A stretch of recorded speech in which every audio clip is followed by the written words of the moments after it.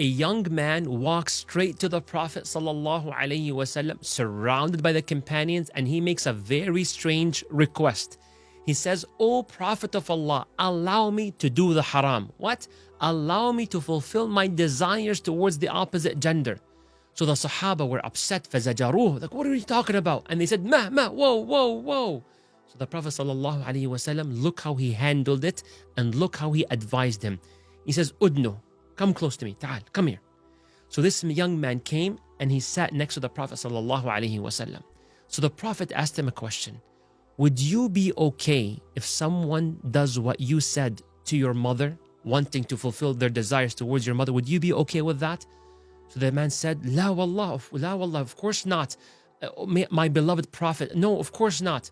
Then the Prophet ﷺ told him, and people do not want this for their mothers. Would you want this to happen to your own sister? No, O Rasulullah, of course not, my beloved Prophet, no way.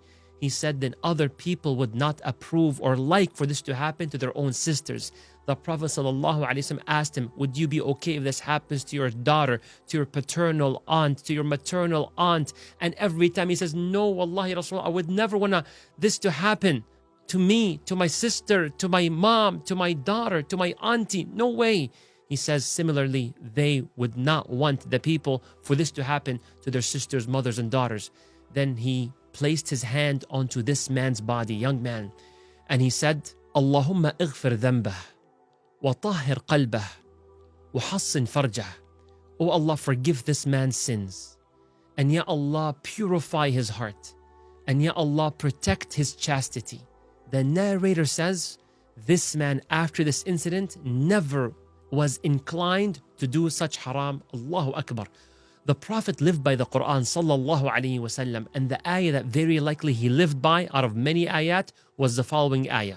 Ud'u ila sabili rabbika bil hikmati wal maw'idati al hasanah. Call people to the path of Allah with wisdom and kind advice.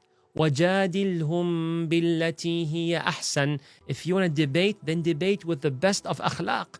Rasulullah sallallahu alayhi wasallam lived with the Quran. May Allah allow you and I to speak with wisdom and understanding, and based on the one being advised, at what level that we speak at. May Allah bless you and protect you. Wassalamu alaikum.